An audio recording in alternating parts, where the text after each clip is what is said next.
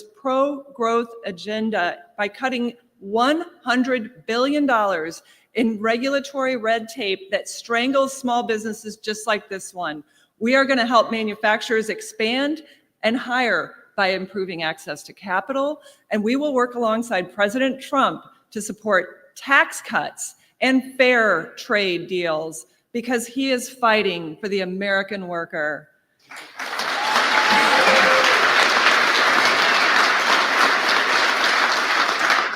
Now, I'm so proud that this administration is a force multiplier for job creation and American industry. And it is clear that the golden era of manufacturing in America is not behind us, it's in front of us.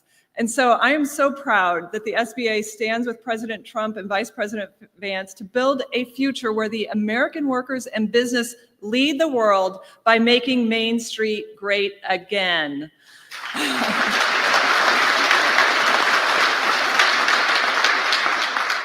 Now, I am incredibly humbled and have the honor to introduce our nation's 50th and greatest vice president, who's helping lead the charge to bring this golden age of manufacturing in America back. So please join me welcoming to the stage Vice President JD Vance and his incredible wife, Usha Vance. Thank you all.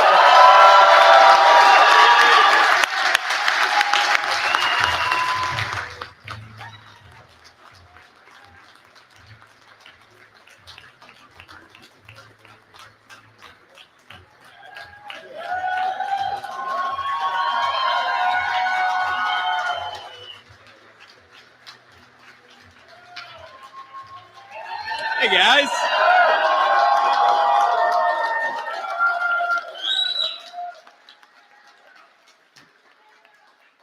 Well, thank you. It's great to be back in Michigan. You know, I've missed it a little bit. We haven't spent so much time in Michigan since the election, but it's good to be back in God's country. And I got to tell you, every opportunity I get to get the hell out of Washington, D.C., that is a good day. That is a good day. I want to thank Kelly Loeffler for that incredibly kind introduction. You know, Kelly is doing a great job at the Small Business Administration. You all would be shocked if you realized how much fraud we found even at the Small Business Administration. I'm talking about like dead people getting loans from the SBA. We don't want dead people getting loans from the SBA. We want American workers and American businesses getting loans from the Small Business Administration, and Kelly is doing a great job making sure that we do exactly that. I want to say thank you to Paul. It's great to be here at Vantage Plastics, a great American company with great American workers.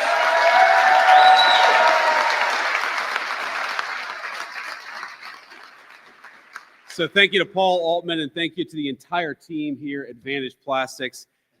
It's great to be here. It's great to be with American workers. And again, like I said, it's great to be out of the bubble in Washington, D.C. Now, as Kelly mentioned, I was listening to her backstage. You know, we came in, we've got this great event, this great facility, great business, and of course, great workers. And I'm sure all of us saw there were a few protesters outside. And I can't be the only person wondering, you know, it's a little after noon on a Friday, and don't you all have jobs? Who are the people?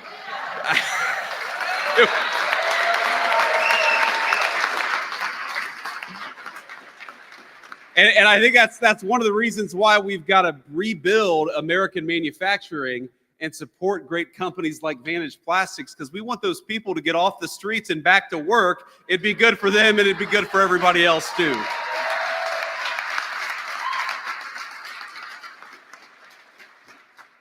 Now, y'all don't hold it against me. Of course, you know that I'm from that state, just one state south. But we know in the industrial Midwest that companies like Vantage give Great Lakes states the reputation that we know it is the powerhouse of American industry, and that makes it the powerhouse of world industry. I'm grateful for the good paying jobs this company brings to the area and for the incredible job this business does generating economic opportunity in this region of our country. And I really do believe that America's success depends on the success of companies like Vantage Plastics. Now, I don't mean that in some abstract, poetic sounding sense. I mean it literally. If we do not protect our nation's manufacturers, we lose a fundamental part of who we are as a people. Making things, building things, working with our hands is America's heritage, and that heritage is alive and well in this facility.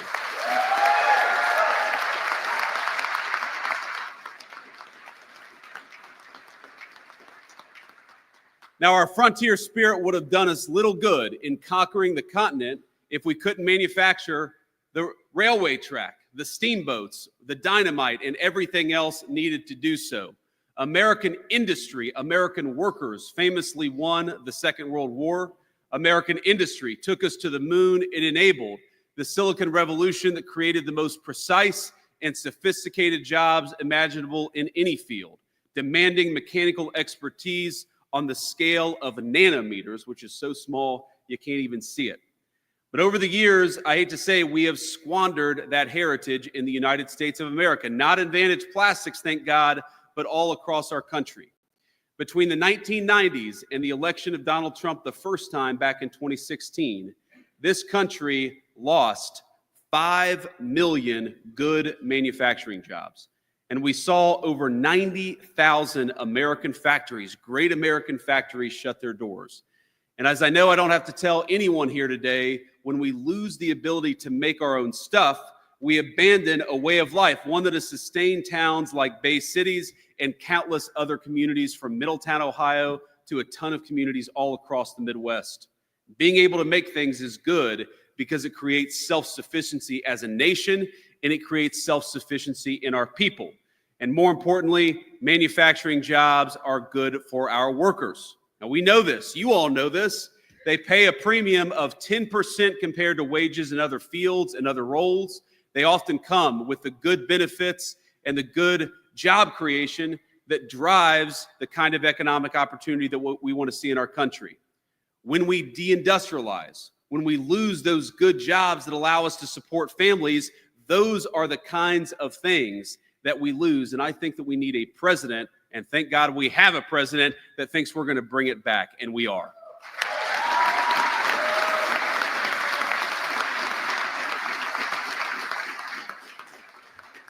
So I've got some bad news and I've got some good news. Do we want to hear the bad news first or the good news first? Okay, that's good. You all said bad news, and that's good, because if you had said good news, that would have totally screwed up the flow of this speech.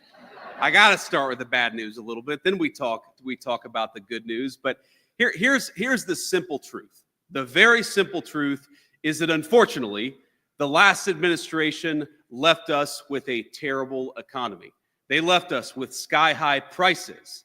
They left us with home values that had doubled in just 4 short years, meaning a lot of American families couldn't afford to buy or to rent a home. They left us with a historic debt crisis. Did you know that in the history of the United States of America, we have never had deficits and debt so high as we had under Joe Biden's leadership?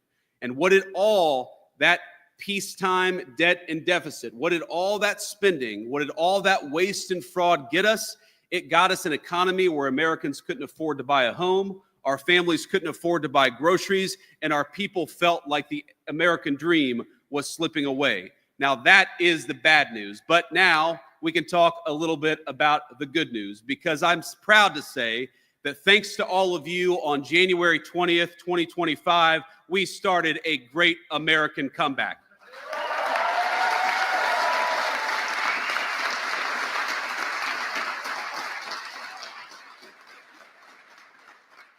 Last November, America re-elected a president with a simple goal: to power our nation's industrial comeback and once again make the U.S. the world's manufacturing superpower. And that is exactly what President Trump has sought out to do.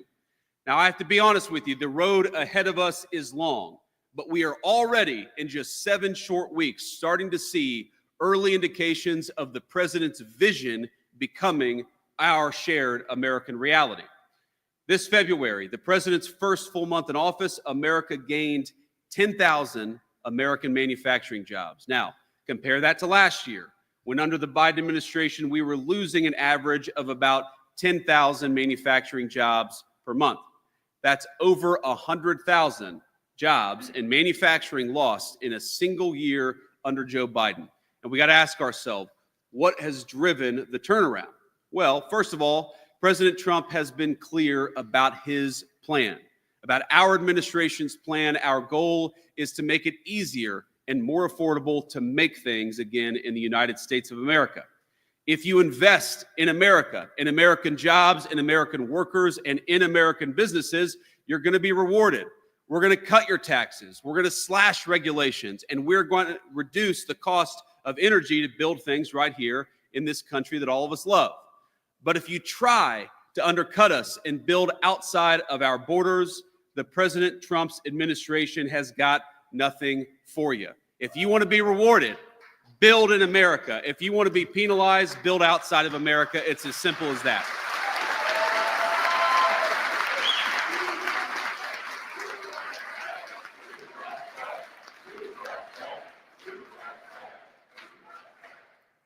So, if you've gotten rich the last few decades by ripping off U.S. companies and preying on American workers, well, the president is simply telling you the jig is up.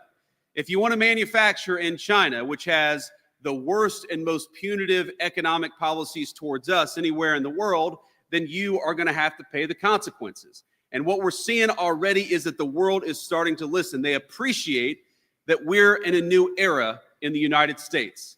So as a result, we're nearing $2 trillion in new investments announced just since President Trump took office. That's not bad. In 7 weeks, $2 trillion.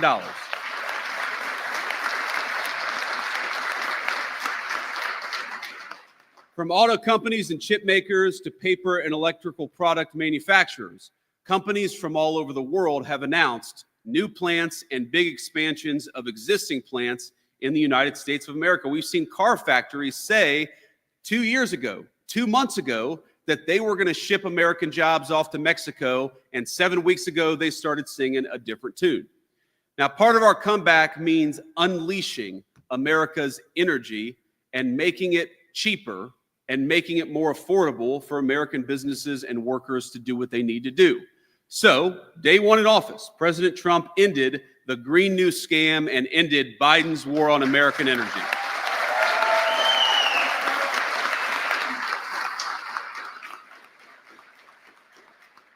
And of course, we're already seeing the results. Gasoline, its price for consumers, is finally starting to come down. Last month, it went up by last term, it went up about 35% under Joe Biden's leadership, and we've already seen it fall to significant lows again. That's just in 7 weeks. In his first month, President Trump declared a national energy emergency and established the National Energy Dominance Council. He's reopened 625 million acres offshore for drilling and ended Biden's disastrous ban on liquefied natural gas exports, which risks ending 90,000 American jobs and costing $250 billion for our country over the long run. It's over. We stopped it.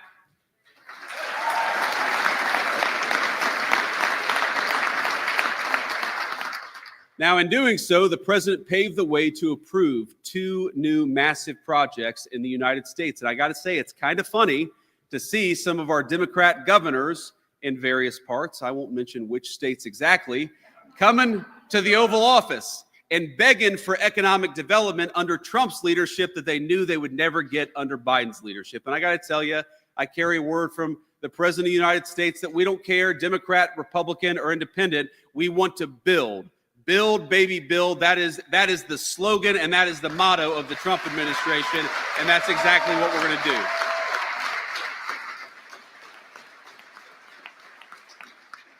And most importantly, given where we stand here in Vantage, the Trump administration is working hard to slash regulations left and right. And I think, Paul, you'd admit the regulations, we got to get that stuff out of here. We got to make it easier to build stuff in our own country. We can't have people telling our great builders that if they want to start a factory, or if they want to expand a factory, they're not allowed to. And that is the biggest thing I think the Trump administration is working on when it comes to renewing American manufacturing. This Wednesday, as a matter of fact, the administration announced a historic regulatory rollback at the EPA, which will provide relief from all sorts of heavy-handed rules. These include the Greenhouse Gas Reporting Program, which cost U.S. factories and power plants hundreds of millions of dollars, and that money is now going to be reinvested in American workers. And we remember the Clean Power Plan 2.0, which has imperiled America's grid by creating impossible restrictions on coal and natural gas plants that account for 60% of our power. You can't tell people to build in America while at the same time destroying American energy. That's what Joe Biden did. What Donald Trump is doing is saying, build in America and we're going to help you. We're going to make it more possible and we're going to make it more affordable.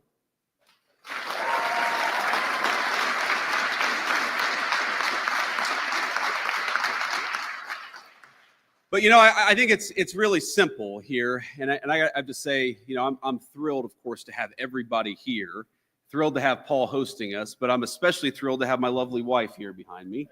And I think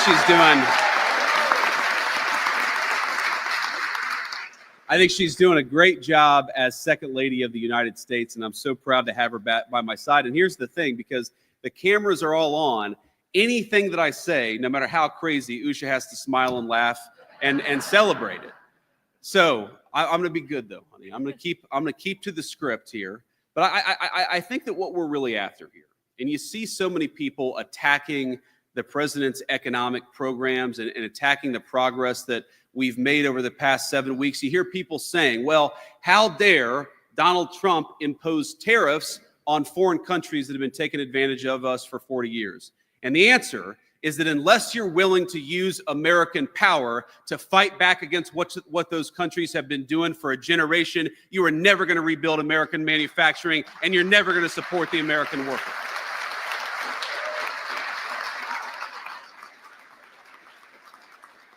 President Trump is done with leaders who talk. We are an administration that is going to do things for the American people and for American workers. Just think about this. When foreign countries make it impossible to ship American cars into their countries, why have we had leadership that refuses to fight back? When we have foreign countries that use slave labor that undercuts the wages of American workers, why have we had American leadership that has refused to fight back? When you let literal slaves make stuff cheaply and then bring it into our country, we all know, you all know, that destroys the wages of American workers. And so now we have an American media that says, how dare Donald Trump stand up for the American worker? I think I speak for the American worker when I say, thank God for President Trump for finally standing up for the American worker.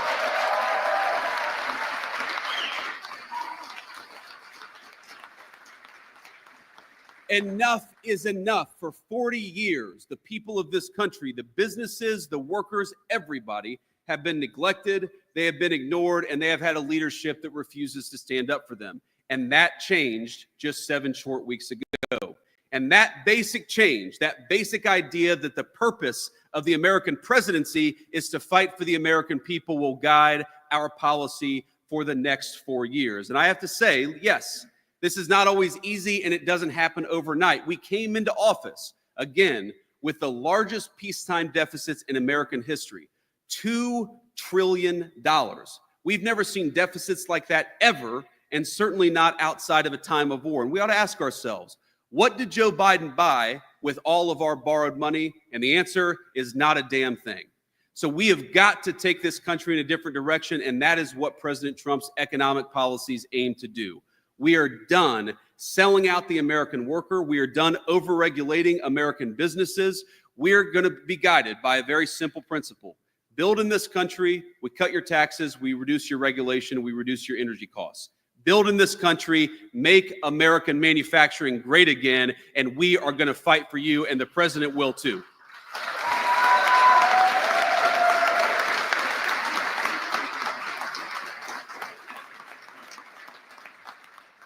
So let me conclude again by saying thank you. Thanks to Paul for hosting. Thank you to your incredible facility and for what you do every single day. But as a kid who grew up in a working class family, let me just say this, that when I was growing up in Middletown, Ohio, everybody who worked hard seemed to be able to find a good job. And something changed. I don't know when I was a teenager or maybe a little bit later, but when that great steel mill that supported the town was the lifeblood of the town that I grew up in, when it went from 10,000 jobs to 2,000 jobs, the American working people started to get destroyed in the process. We can't keep doing that. We can't keep running the same exact playbook over and over again, expecting different results. We've got to run a different playbook. And 7 weeks ago, President Trump started to run that different playbook. We are not going to borrow from future generations to buy stuff that the communist Chinese make for us. We are not going to put people on welfare instead of giving them good middle-class American jobs. We're not going to drive housing through the roof. We're going to make it affordable again to afford an American home. That is what we're trying to do. And yes, my friends, it's not going to happen overnight. We're not going to be able to fix everything that Joe Biden broke. But I think after 7 weeks, the progress is pretty good. Egg prices are lower than they were when we took office. That's good.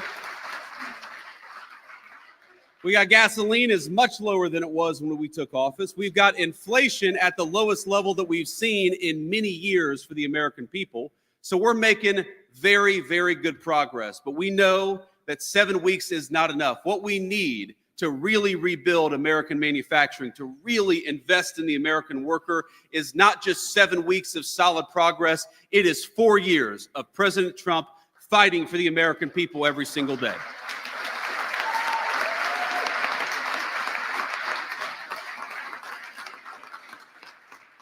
And so let me say, this is not going to be my last stop in Michigan by any means, but as I leave here to go back to Washington, I feel invigorated. I feel invigorated by what you're building at this facility. I feel invigorated by the incredible opportunities that this plant, this facility provides to American workers. I feel invigorated by the fact that you guys are dedicated to your communities, that you're working hard every single day, you're playing by the rules, and you're providing a good life for your families. And I feel invigorated that we finally have a president who is turning his back on 40 years of failed policy in Washington, D.C., and is getting back to investing in and fighting for the American worker. God bless you guys. Thank you all. Thank you for having me.